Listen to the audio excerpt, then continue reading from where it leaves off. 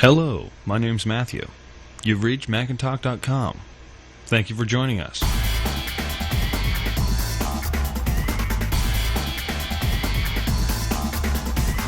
Hi everybody, hope everyone's doing fine. We're going to talk about podcasting, and that's what you're listening to. So if you're wondering how this works, it's going to be posted up on the website on how to at least listen to and the programs to listen to this particular podcast. And basically a podcast is nothing more than sound recorded, pre-recorded radio,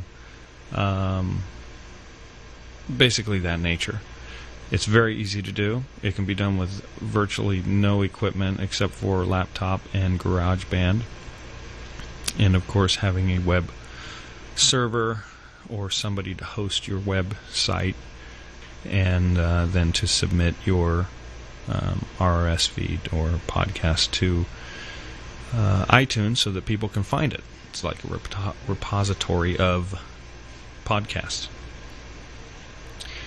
Anyway, the equipment I'm using personally at the moment is, we'll start off with the computer. It's a 12-inch G4 with 1.25 gigs of RAM, 80 gig hard drive, 1.5 gigahertz processor.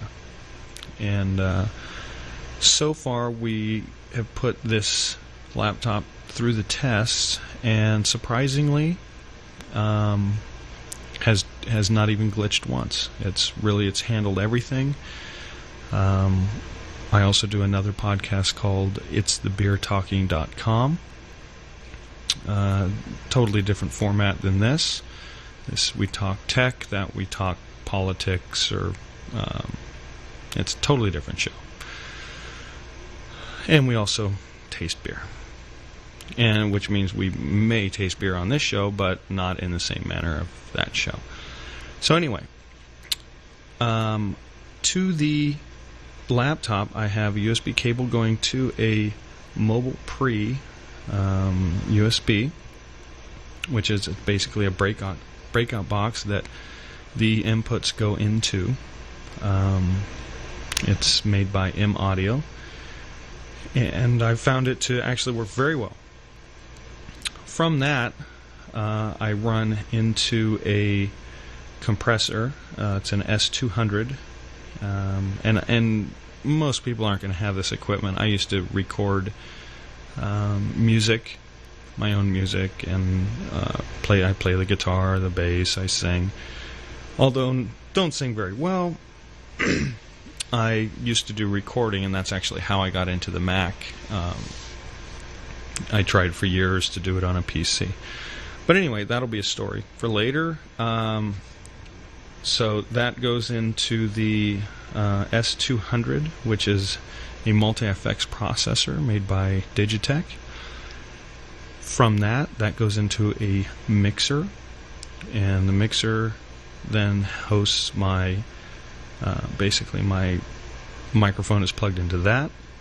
From the mixer, it goes to a breakout box for headphones, so that you can have more than one pair of headphones. And that's basically the setup, and you just adjust the sound to your liking. And the microphone that I have is a Natty, and it's a condenser microphone. I have a pop filter in front of that, so you won't hear the P's and the B's and the bop, beep, bop. It works pretty well. And that's, of course, in a mic stand and so on and so forth. So that's about the setup. And, of course, I use GarageBand. GarageBand works very well.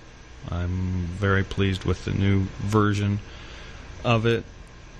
It's not 100% perfect, but it's a very easy product, considering, let's be quite honest with podcasting. It's a fun thing to do. There are some people that make money, and maybe in the future podcasting will include most podcasters making money, but I'm not sure that's going to be the case. So you have to be passionate about spending the time, about the subject, and most of all, have fun with it. I know that I enjoy my Macintosh and I love Apple products, and I personally believe they are the best manufacturer of gadgets and high-quality products, PCs, software, etc., than any other company thus far. And so podcasting really doesn't make much money from many people. I know some people get sponsors, and maybe someday MacNTalk would also get sponsors, or itsthebeertalking.com would get sponsors, but right now nothing. So all it is really a hobby, and for most people. But I've listened to a few really good podcasts that I believe the person or people do not make any money off it, and I can tell that they are very passionate about it. So there is something to say about wanting to be heard, and maybe never being heard, but at least trying it, having fun with it. Right now for me it's just fun. I enjoy to sit and talk and think that people are listening to me, and maybe help somebody technologically in their lives that didn't understand something, that may understand something after listening to the show. And if not, I'm still having fun. So that's what it's about for me. So one of the things that I do want to mention regarding GarageBand is, out of the box, when you install it, or if you already had it pre-installed on a computer, and you start GarageBand, and you record, you'll realize that it's a minute? That's not very long, is it? No, it's an hour and 6 minutes, and that seems to be the longest that you can record. Well, it's not true. There's a tempo area to change the tempo, and what you basically do is you change the tempo to the slowest possible pace, or slowest tempo, and that's, I believe, 40 beats per minute. Basically what that does is that extends the length of time, because there's so many bars that GarageBand can record. I'm not exactly sure how many that is, 999 I believe, but don't quote me on that just yet.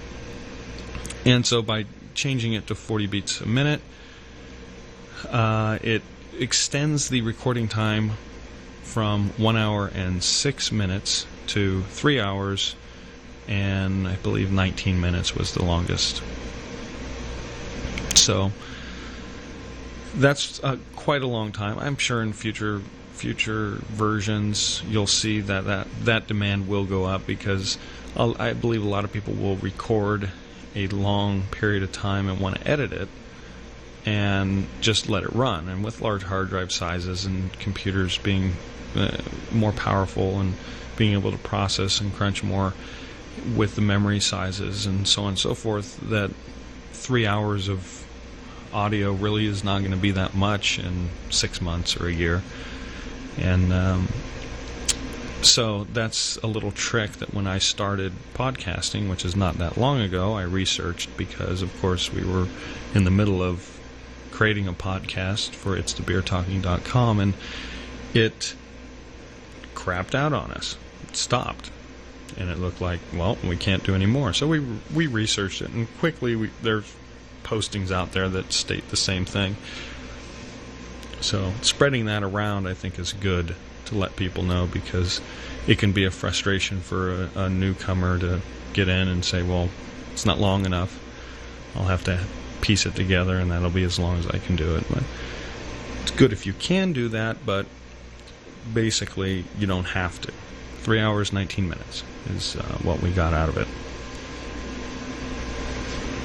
I also wanted to mention that I will post pictures of the equipment that I have up on the website, so that you can find the model numbers and so on and so forth. So if you like the sound of this, I do have to warn you, I have some servers in the background. I have about 3 or 4 servers in here and a couple switches that are making quite a racket, not to mention the refrigerator for the beer that hosts the beer for the beer talking.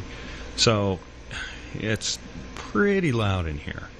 And not to mention I'm under a freeway, or in between it. It depends on how you look at it. No, I'm really not. But it is not particularly the most quiet place. And I know that GarageBand actually does have noise canceling features. It has a compressor. We use an external compressor, but GarageBand has an internal compressor. And it's great. It works very good. And I know that when this comes out, like, I can hear a lot of background noise. Once it's processed, it will not sound nearly as loud. It still may be loud because it's fairly loud. It's not the most quiet area. So one key thing is, if you are going to do podcasting, you do want to take advantage of a quiet area. Kids, planes, cars driving by, refrigerators, servers, computers, noises like doors, dogs. All that can be a factor. And if you're trying to get a professional sound, a truly professional sound, then you absolutely want the most quiet area that you can possibly have. And that's not always possible. I have kids, I have all the other noises, and I'm not too particularly worried about it. Yes, I want it to be super duper professional sounding, but I'm not a professional. I do as much as I can in as much time as I have, and I could try to go find or spend a lot of time creating a room for something that's just a hobby. So you kind of have to see what you're trying to do a podcast for. I know that this format isn't necessarily the format for everybody as well. In fact, there goes a car right now. I'm not sure if people can hear it. Okay, we're going to listen to one of my old songs just to take a little break. And it's a very short one, and I hope you all like it. We'll get back to the story of the day right after that. Hope you enjoy. Thank you. Forget about your worrisome notion. It's time to go. Forget about all the people. It's time to put on a show. After all, we're all a large cast in this movie of life. And you better put on your baseball cap and scream because you're alive.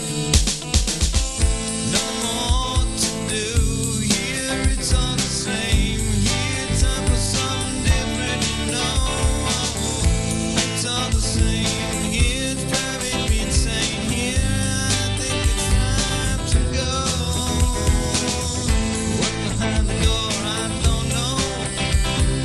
Maybe I'll check and maybe I'll go. Put your baseball cap on, protect me from the disease. And the clouds gather rain that'll fall on you and me. And I'm all prepared for dripping in the sea. Nothing you can tell me different. I guess I gotta move on down that road. Nothing more you can do for me. Nothing more I can do for you. Guess I got to get on up and scream to the top of my lungs. Because you know I'm alive, I ain't gonna let you kill me. Because there's nothing in this world that I'm gonna let you steal from me. Without putting up some sort of fight.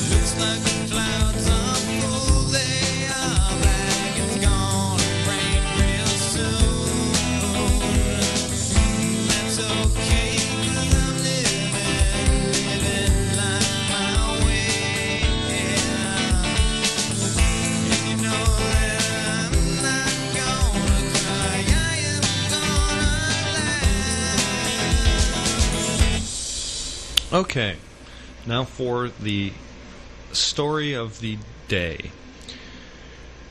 This story actually happened to me.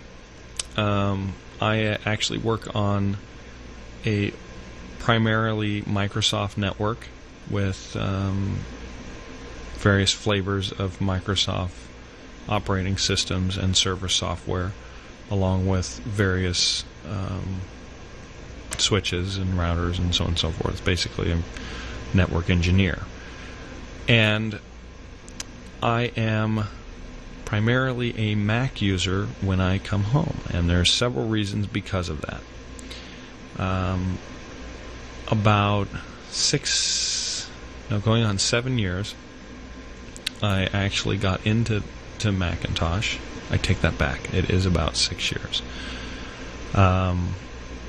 I purchased a G4 500 single processor, and people always seem to get mad about, well, they always come out with something right after you buy it. That happened to me. I bought a single processor, and very shortly after that they got rid of that for the dual 500. And I wasn't really that upset. I was so happy with the switch that I made, and that was before the whole Switch campaign. And the reason I did it was because I've always been interested in recording, and never a professional, wouldn't even call myself a decent amateur. I just have fun with it, and I tend to just enjoy it. So what happened, this is going to be a long story. Anyway, so I spent a lot of money on trying to get a PC to be able to edit video, in order to record music, in order to do the things that I wanted to do other than just to play Doom. And, of course, we all, as Mac users, know that PCs are pretty boring. And especially 5 years ago, they were boring, and even more boring. At least they've, since then, everyone's trying to mimic Apple, because they have great design, they have great structure, so on and so forth. Anyway, so I was finally convinced to buy a Mac, so I went out and I bought a Macintosh, and have not ever looked at buying another PC as long as I live, because I had no problems with mine. In fact, I still have the 500. My son uses it, and it's perfect for him. It's incredibly useful for him. And I couldn't say that 5 years ago. If I had a PC, I could not say that it today would be useful. It would be infected, it would be slow, I would have to redo it. The one my son has, set it, forget it. He plays on it. I have OS X running on it. OS 10, Tiger. Bought a copy for him, and I've put this special securities on it, and it's wonderful. So anyway, I've upgraded a couple times. I just recently bought a closeout from the old good guys. They were purchased by CompUSA, and I purchased a basically going out of business dual 1.8 for, I think it was $1,150 out the door. Tax, everything was included in that. So it was a extremely good bargain, and it's been incredibly fast. I'm very happy with it. A little bit before that, we bought the laptop that I'm using now, and it's very. All the machines I've ever had have been spectacular, and I still have. So it's not like I just throw them away. They have value to me even to this day. So it's a little different scenario buying a Macintosh versus a PC. And yeah, you might be able to buy 3 or 4 PCs. And let me tell you my theory upon that. I am kind of straying from the story, but that's okay. We'll get back to it. If you pay more for something, you're bound to hold on to it longer. And by holding on to it longer, that's less material that goes into the landfill. And no, I'm not an environmentalist. I'm not one of those hippie Mac people. And if you are one of those people, more power to you. I'm just not one of those people. However, I do drive a VW, but a lot of people where I live drive VWs, and some are Mac people and some aren't. So I would not call myself a hippie. I am on the other side of that. But anyway, so where was I? I don't understand how, a company of 1,500 employees will spend $250,000 a year on software licensing. And I mean, it just does not make that much sense in the long run, because the products that Apple make are fantastic. They work. They're, as the platforms change, they're more and more compatible with other Windows systems. So you can integrate, you can start putting Macintosh computers on a network with Windows stuff and slowly phase them out. I just actually talked to a company that is actually phasing out their entire office with Macintosh, and I told them to wait until the laptop users could take advantage of the Duo core that's coming out. But the iMacs were fine. They'll be set. The cost is really not that much more money. And in a lot of cases, it's a lot less money because they don't have to have a team of people running around trying to fix them. Trust me, I know this. So anyway, let me get back to the story. So when anyone comes to me and says, "Hey, what's a good computer to get?" I always lead them to Mac. So I'm the computer guy, network engineer, geek, whatever you want to say. Not really a geek. I don't really play the role, but anyway, that's what I say, and people don't understand it. They go, "Oh, those are more expensive. Those are whatever." They don't know them, so they don't want to buy them. They think they're going to get free software from people, and which people do. I hate to say it, but people do. They don't get it from me, that's for sure. But they do get it and share it, and so on, the way people do. But that's not the way to do it. So I've had several people listen to me, and the latest one called me up and said, "I now understand." And I said, "What do you understand?" He said, "I understand why you are pushing Mac to everybody that comes in your office, and why I walk around with an Apple coffee cup. I don't walk around with it, but it's my coffee cup at work." And they were just amazed. They said, we set it up all by ourselves. We were afraid that we were going to have to call you," which I probably wouldn't pick up. And it's been an incredible experience. We plugged it in, and within 10 minutes, the machine was working entirely. It wasn't complicated. It wasn't a lot of reading. It wasn't a lot of trying to understand what they were saying. It was basically a wonderful experience. And they called to thank me, and they didn't call for help. So that to me is invaluable. I would recommend a Macintosh. I don't believe they're more expensive. There's going to be people that have purchased quite a bit of software, and if you have specialty software, that's fine. You're going to have a PC, but nothing is preventing you from also trying out the Mac platform, because the Mac platform is excellent, and that's why I am creating, or have created, MacNTalk.com. and I have a few friends that also enjoy the Macintosh. And my good friend Will, I got him on the Mac, and he's never looked back.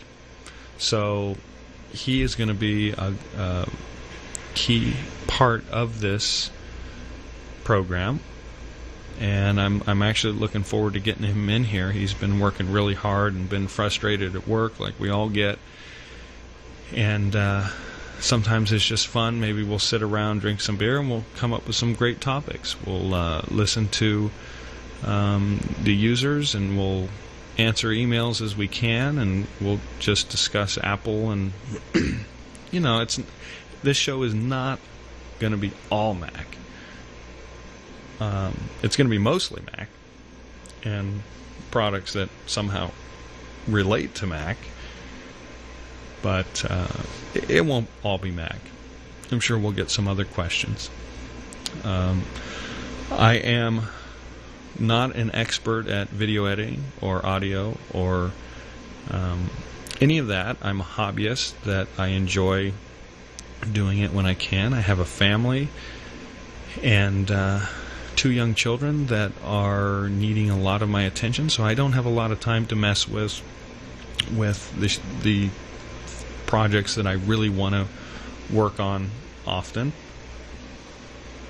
So, when I'm not taking care of the kids or at work, I'm working on the house, and when I'm not doing that, I'm doing either It's the Beer Talking or MacNTalk.com. So I don't have a lot of time to do much else. This is quick and easy, doesn't take long, and hopefully it's entertaining to some of you people out there. And if it's not, I'm sorry. There's 100,000 other podcasts that you can listen to, and there's some great ones out there. I know personally I listen to Twit, which is This Week in Tech, and I also listened to or watched the Mac Break, which was done by Leo Laporte, which also has a show. I believe he has a show on KFI. That's actually where I heard him first, and then I heard Follow Apple and stumbled upon his podcast, and then heard that he was doing Mac Break, and he actually is really a top-notch podcaster, of course, because he's a radio personality, and he's surrounded himself with a bunch of other guys that are very talented, and they put on a great show. So I'm not getting paid to say this, but if you want a really good podcast show, you can listen to Twit. So check them out. And of course, don't stray far from MacNTalk either, because maybe you don't, because I'm not sure I do either. So anyway, this is going to wrap this up. I know there was a lot of rambling in this podcast, but it is the first one, and when I also found this out with podcasting. Doing podcasts by yourself is very challenging. There's a lot of people out there that they're a single person. They do one. It's basically just them. They try to throw in some other stuff, and it just doesn't work. It's dry, it's geeky, it's boring, it's much like this one has been. But the thing about it is, all they need, I'm sure, is another person in there, and that's what I've noticed with It's the Beer Talking. You get one other person in there, 2 other people in there, you can have conversations, it flows. There's good chemistry. It really makes a difference. It's hard to get the schedules to match. I happen to find a couple guys, good friends, that actually worked out that we meet. My other friend, we're gonna meet, and we're gonna do the best we can with this, and I hope that it works out as well as the other one, or at least the other one has started. Like I said, we're not 100% there, and not 100% on this one either. That's for sure. But it really makes a difference if you have more than one person. And I've seen the ones I've heard are mostly successful when there is more than one. It keeps your attention, it keeps flowing. The other person can research while the other one's talking, and things to that nature. So keep that in mind when you're also podcasting, because I think it is important. Also, you can use jingles and you can use sound effects, and throughout this podcast, I'm going to go back and throw them in.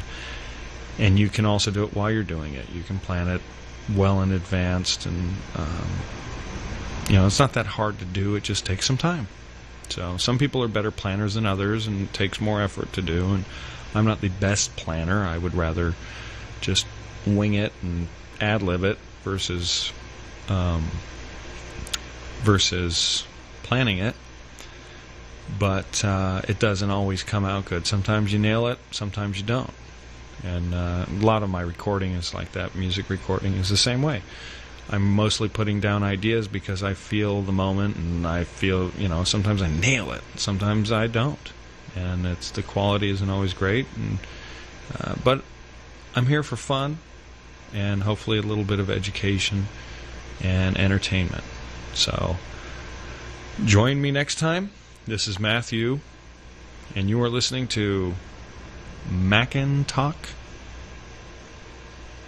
Podcast. That's www.macntalk.com. Thank you for joining us, and this is Matthew signing off. MacNTalk.com.